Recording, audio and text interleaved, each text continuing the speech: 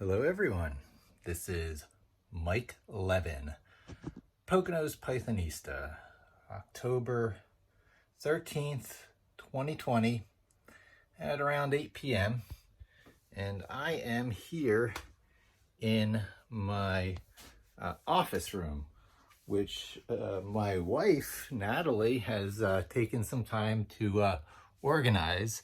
And even after that, this is the state of my organization right now. In other words, not very organized, but this is the end of, or approaching the end of a fairly long journey where I have concentrated the stuff that actually takes some time and planning into one location.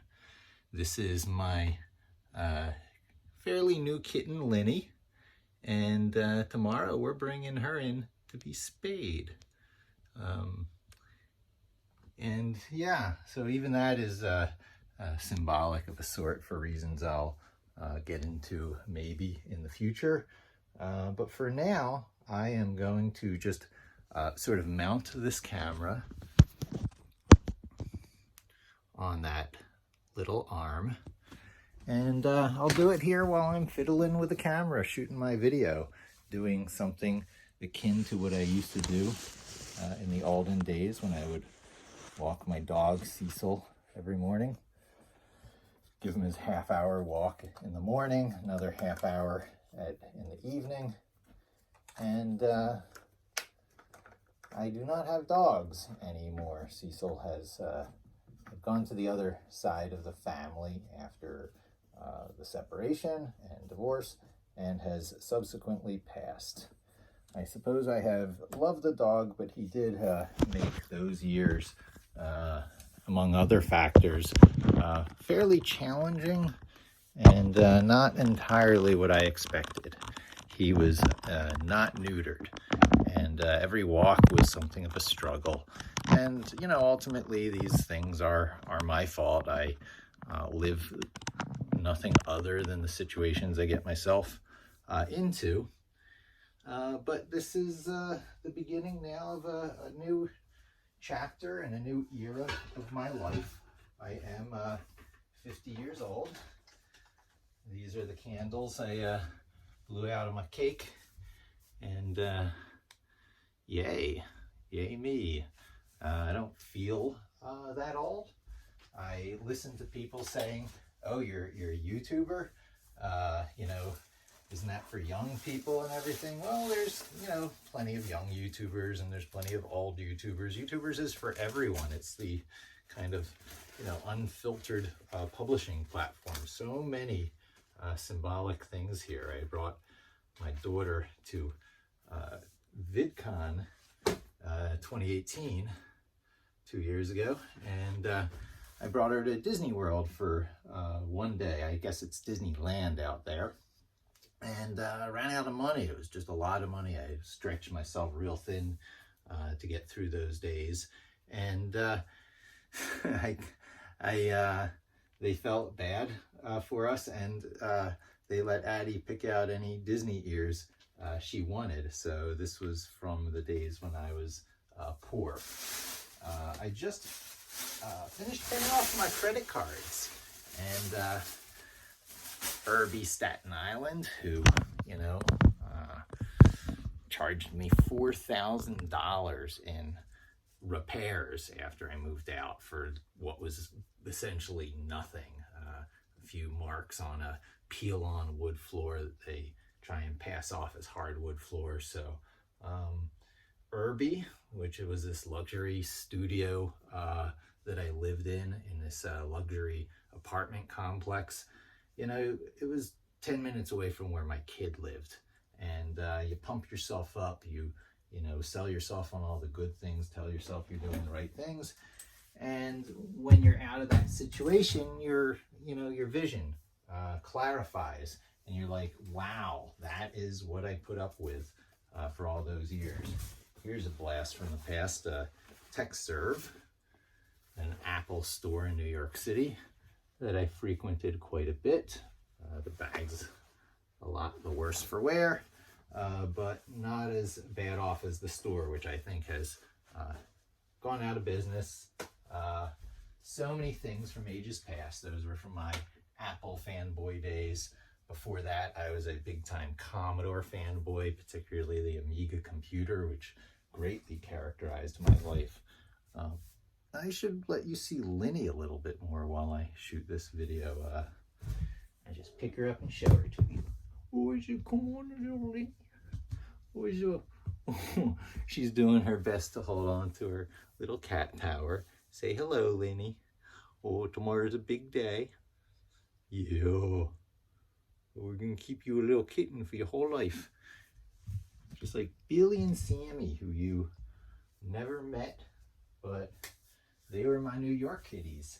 In August 27th of 2006, I adopted my first real kitties of my own. Before that, there was a cat named Merlin, who I gave to a cousin. I feel a little bad about it. When I moved to Virginia for my first real job out of college, I worked at my dad's check cashing, which I had mentioned was a business I had to take over when he passed back in '92, where I had to shoot a guy in the course of running the business.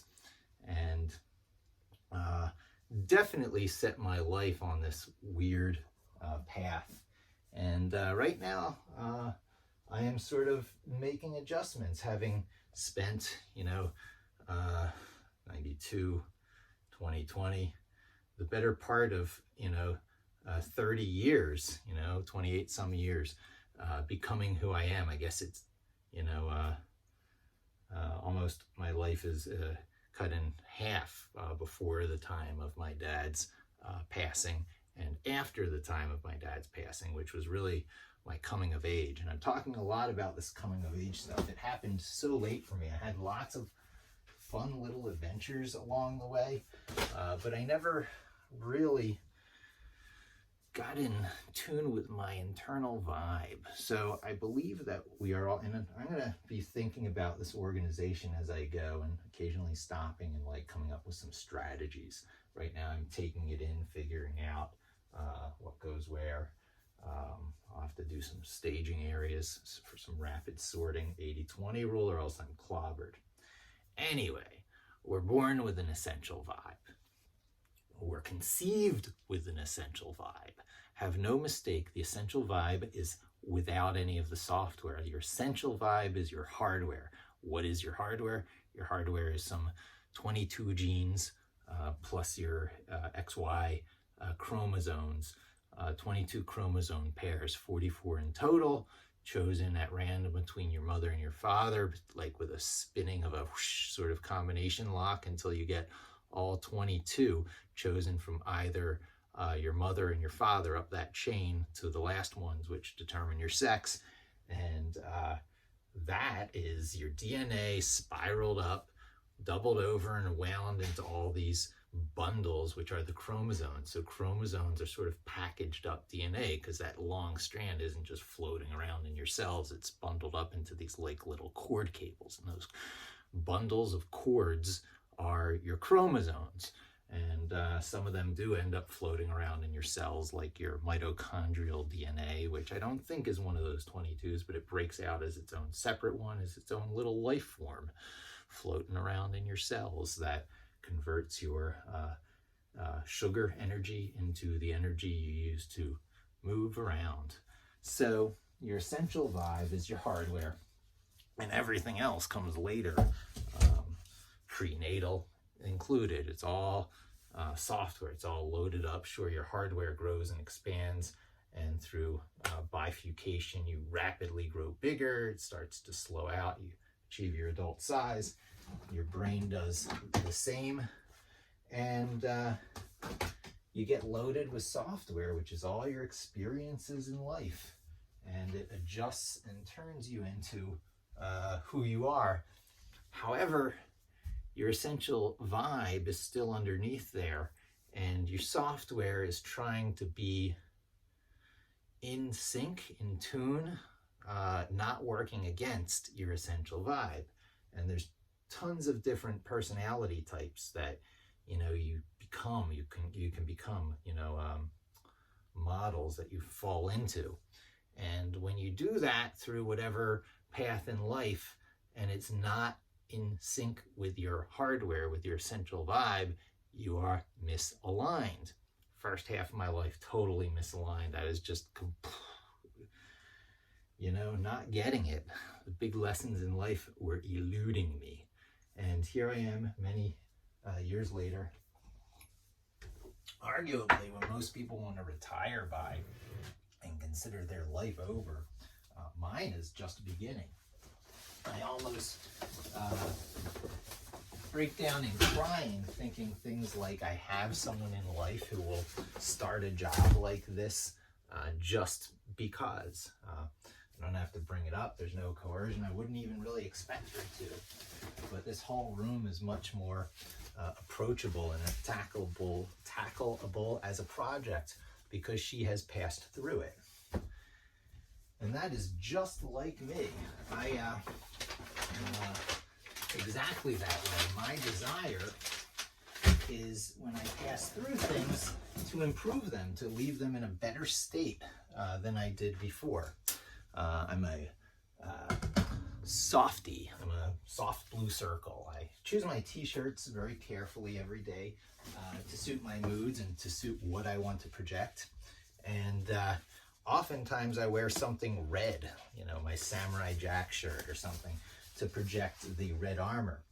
And when someone who is blue at heart needs to turn into someone different, what they do is they construct their red armor of various sorts to go on, over, around them, close, far, in solid sheets and lots of little scales. The variety is infinite. Of course, in pop culture, your examples will be Iron Man, but they're limitless examples. If you do it with humor and you have essentially no real armor but a fast healing factor, you are Deadpool. So there's another version of the red armor.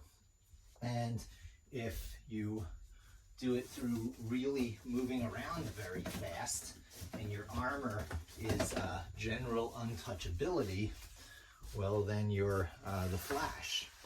And if you don't need the red armor because you're a big blue softie and you just advertise your blueness and you have some other source of strength that can keep that softness from being ruined, well, then you're Superman with maybe only highlights of red and other colors on his costume. So there's a lot of channeling of these emotional intelligence, storytelling, cinematographic type color things.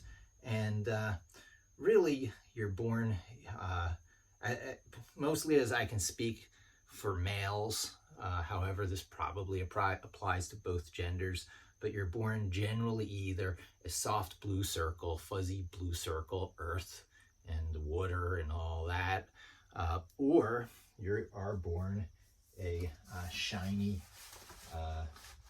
green arrow, naturally competitive, going out on the hunt, using the sharp arrows and seeing the world in more black and white and getting down techniques, repeatable techniques that can be optimized towards perfection in competition, and smooth and fast and thin and sleek, and you got unlimited examples there. However, the irony, the one called Green Arrow in the DC universe is actually a big blue softie underneath. He's, there's always exceptions to the rule, but of course the Green Lantern, the projection of pure force of will, very special to me. In fact, I'd probably say my two favorite superheroes are Green Lantern for that very reason, whose powers arise from pure humanness, the prevailing of imagination, which very few other living animals that we have,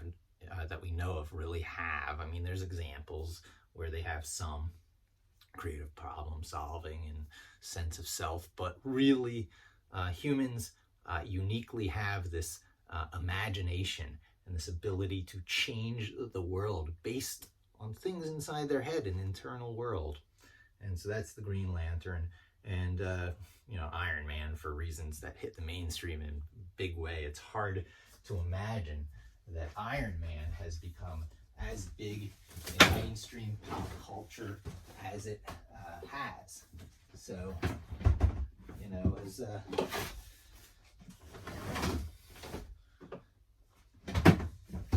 let's see if I can even do this. Fate is not on my side there, but this is a reason to unlatch this thing from here. I can always turn it very easily. These are my comic books, and I brought them in from my outside shed because, you know, boy, I don't want, this might be all that I have of monetary value in my life anymore in terms of assets. But that's a print of Iron Man back there, signed by Stan Lee, limited edition print. And that was one of the good lasting things from a prior marriage. Of course, my kid being the main one. And everything I do in life is now either for, well, I don't want to be a martyr. My dad was a martyr. The tendency of a lot of us blue circles is to do for others, and then when things don't go the way you want, to go, oh, I've been doing all this for others, for you and your mother and all that. Well, I am doing a lot of what I'm doing now in life for my wife, Natalie. Hi, Nat. And for my daughter, Adiela, who is also into YouTube now and starting to be a content creator, getting involved in the culture, which I never really did. YouTubers out there, I don't know you, you don't know me. And I've been doing these videos, mostly beginning with the dog walks, because I had the time, and I had to fill the time, and I had to process my thoughts, and I'm a journaler. In fact, I'm getting ready to journal right now. However, Windows is telling me that your device will restart to update outside of active hours, and it allows me to restart it now, which I'm going to do. I quit out of all my apps. I had to put in my password, and so now it's going to do its restarting. You'll see the screen is gray as opposed to blue because Windows now uses your prevailing desktop color when it does messages like that. So I'll let that go on in the background, and I'll have really interesting things to show you and to talk about in these following videos, because I'm getting ready to kind of make my big move on YouTube. It turns out that I am always a few years ahead of the general public in what's interesting and hot.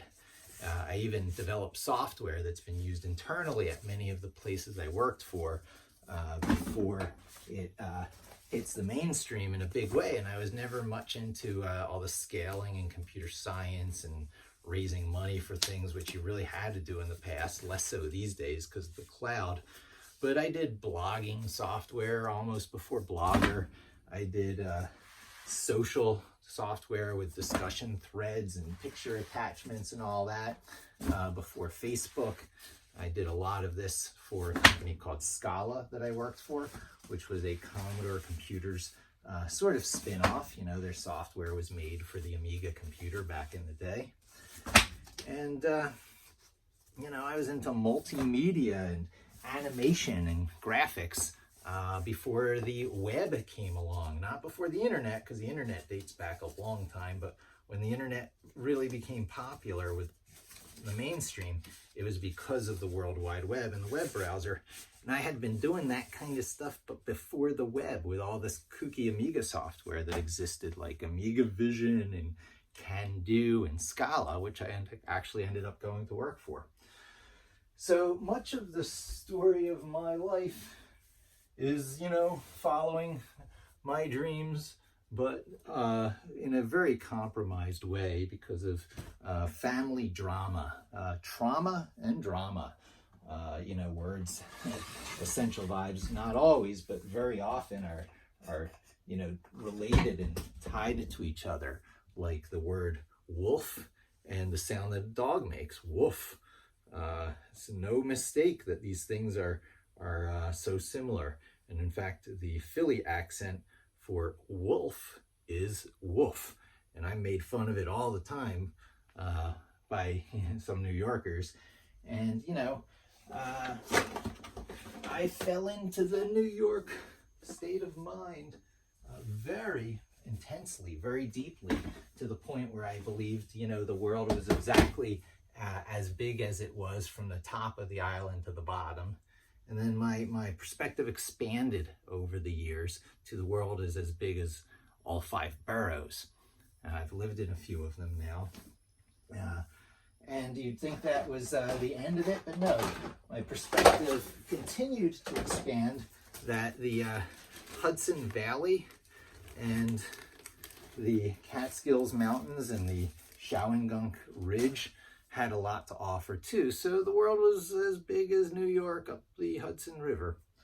And then I had to get out of Irby. This tiny little studio apartment. Lockdown hit, all the amenities went away. So I was, you know, locked with 3 cats. I married my wife during this time, so my wife was living there, Natalie. And then on the weekends, my kid was with us. So you can imagine 3 people, 3 cats, tiny little studio. Can't even get them out much because of this pandemic going on. And yeah, I had to get out of that situation, and I had recently signed a 1-year lease because, you know, emergency, you got to keep living there. I should have gone month to month, and as a result of signing that, it cost me nearly $4,000 on top of, and it actually cost me $8,000 altogether to get out of this tiny studio apartment. And you know, I feel it was criminal, but, you know, what are you going to do? Fighting it is going to cost more money than it will to just pay it off and get out of that situation. So I looked around, loved the mountains. I was in the Catskills. We had a place in the Catskills when my mom passed, you know, 6 years ago or something. I took that money and I bought 2 bungalows attached, one big unit. Had this nice standalone bungalow with 2 sides with beds and sinks, and it was great, part of this little community. However, I had just about had it with co-ops. It's very difficult to be in a co-op because you can't just do the things you want. If the co-op decides against it, there's nothing you can do. So I decided to get what I loved about mountain living and moved out here to the Poconos. And I have, you know, a fire pit in the front yard and fireplace inside and enough room for everyone to have their own room, plus an extra left over as an office room or eventually a guest room. It's got these funny slant roofs, but we're going to be projecting our movies. It's great for projection TV, for video projectors. So we'll be watching our big movies here. But before that happens, I got to get things cleaned up a bit. And I'm just here sort of looking around puttering. And I need a strategy. And my strategy is going to be to get everything accessible, and then to start to group things by generally other people's, belonging to my daughter to be gone over, generally wires and electronics and my stuff, and then generally papers, also my stuff. But that way I'll at least be able to push stuff around and do this first pass. I've got like nice things. I mean, what do you do with an old, 27-inch Macintosh? It's a good computer. It's one of the few ones that I have that still has a DVD drive in it. And, I want to keep it around because it's, one of those things you can do good stuff with. So stuff for my kid, all kinds of good stuff. Jewelry, toolbox jewelry. Doodle Magic, where you draw things and then they have physics and come alive in an app on your phone. Wow, I have such good stuff. And it is not, shall we say, activated in my life because of, crammed up, jammed up disorganization, which blessedly is now mostly contained to this room. So I'm going to make this table for papers. And then other stuff. Boy, I've gotten so many interesting things over the year. Having a kid is so friggin' exciting. Now this piece here, I haven't even opened the box. It's this Chinese writing. Let's do a surprise unboxing. I wonder what's in there.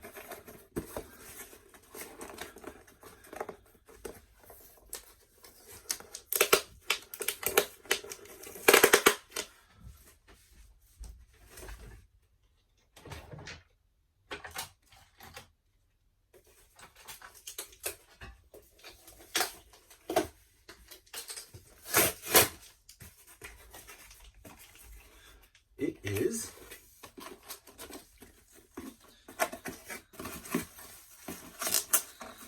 in multiple parts,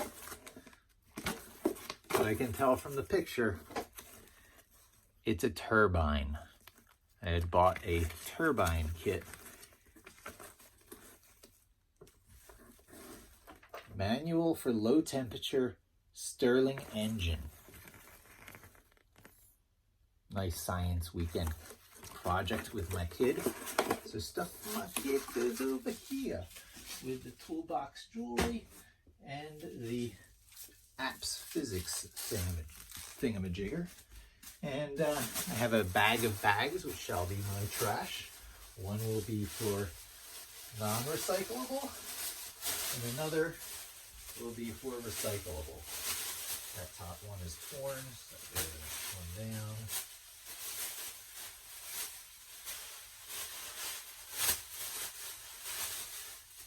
Trash. And recyclable. Into recyclable goes this old pen knife that's rusted. But so much of what I'm doing is a violation of the 80-20 rule. What 80-20 rule, you ask? Well, the 80-20 rule just asks for you to start to plan your tasks. So when you're only 1/5 done, 20%, you could have stopped and still have won. And that is one of my initializing poems of the day, which is another reason I want to get my journal going here. We have the Reboot.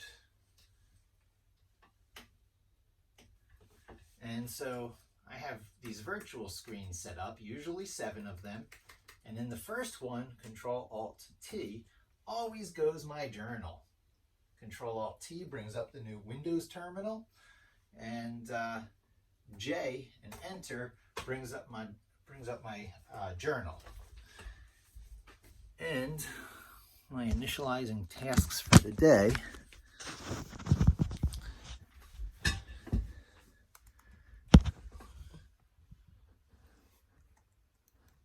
the Journal of Mike Levin, Poconos Pythonista.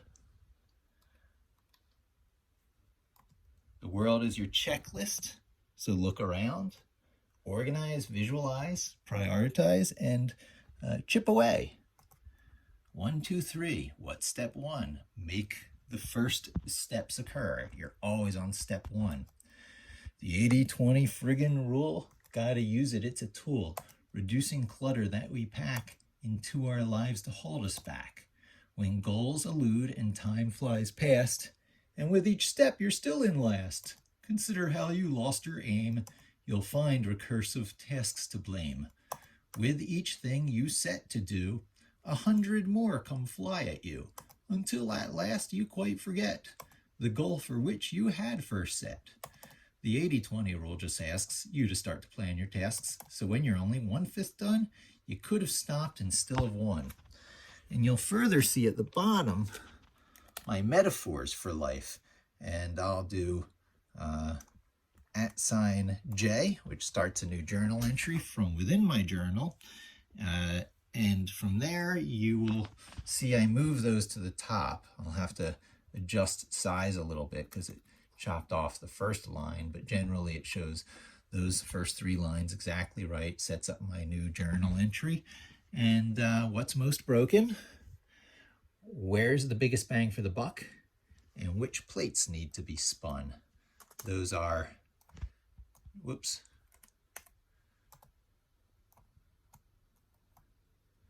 generally the 3 things I look at every day to make sure I'm tackling the right work in the right order and not forgetting things. And then I've got these other things like to deal with distraction. Put down the ducky if you want to play the saxophone. For those old school Sesame Street fans, you'll know what I'm talking about. Get pandas into your fingers. I need to master pandas, which is a package for Python more than I currently have. And then make love-worthy whatever you're doing, especially mastering those things involved with Linux, Python, Vim, and Git. And even though it sounds very professional sounding, that is where I start doing my daily journaling every day. And I've done journaling of some form or another since I turned 18 years old, which had a whole bunch of keystone events in my life in the Keystone State, where my family dog and pet, the family pet growing up, got bit by a rabid raccoon and had to be put to sleep. The house I grew up in got sold. I went off to college.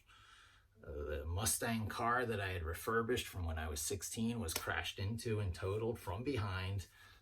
Totally not my fault. And I still remained a static personality, very little change, very set in place, and still out of sync with my essential vibe from my hardware. I made many discoveries and many learnings over the years. It's like the coming of age stories, the 2 great coming of age stories. Alice in Wonderland, which is the British worldview. No one is really your friend. You meet a whole bunch of oddballs. You're all in it alone, and you come out with no greater learnings or lesson or things accomplished.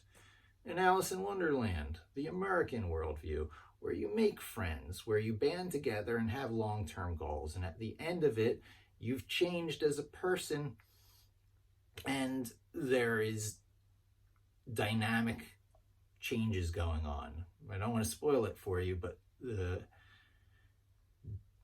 Wizard of Oz world is much bigger than the movie. And all those things that you're like, oh, I wish just this could happen, that writers and, directors always deny you and withhold many things that the audience wants. Wizard of Oz and Frank L. Baum just keeps giving, Frank Baum just keeps giving you and giving you and giving you, and you're delighted as an audience going, I can't believe the world and life for Dorothy can be this good. So, of course, I favor that way. I've lived and dealt with the other way for most of my life, and now I'm starting to turn Wonderland into Oz. And it's all tricks. It's all tricks of the mind. It's tricks of the environment. And, my million view video was by teaching people how to do this. I have actually had 2 million view videos now. I was the first person to unbox the Raspberry Pi for the world, believe it or not. And I never did anything with that, never jumped on that momentum because I'm not primarily a YouTuber. I work for traditional corporate America, draw a paycheck, and I'm very happy with that. I don't want to go flying by the seat of my pants, shooting from the hip, all that stuff with a YouTube career. I mean, I think I'd be very good at it, but it's easier for me to just sort of freeform it and do it for myself when I need, in the same spirit as I do this journaling that I was showing you.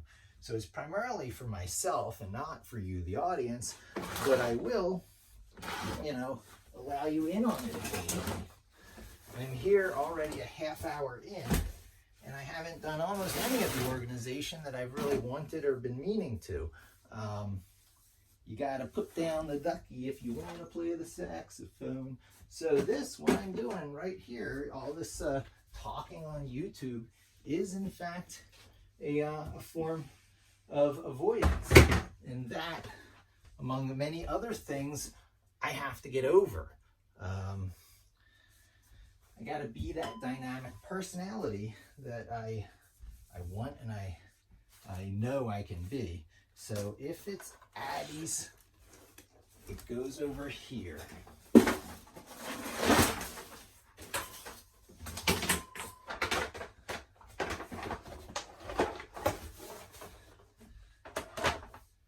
stuff that is Addies. Proactively seek it out so that you can just push stuff into place. If it's not Addies, but is in this other sort of limbo in-between world, put on something mobile so I can push it around, give it the place it should be. Eventually, I guess I should point this camera down a little because stuff I'm doing is way back here. I'll take the light out of the frame. But I've got this wonderful rolling cart and stuff that should get off of a chair, because that chair could be useful, and is neither Addies nor papers nor wires. I put here. Now I've got papers and wires. Wires go here next to Addies stuff.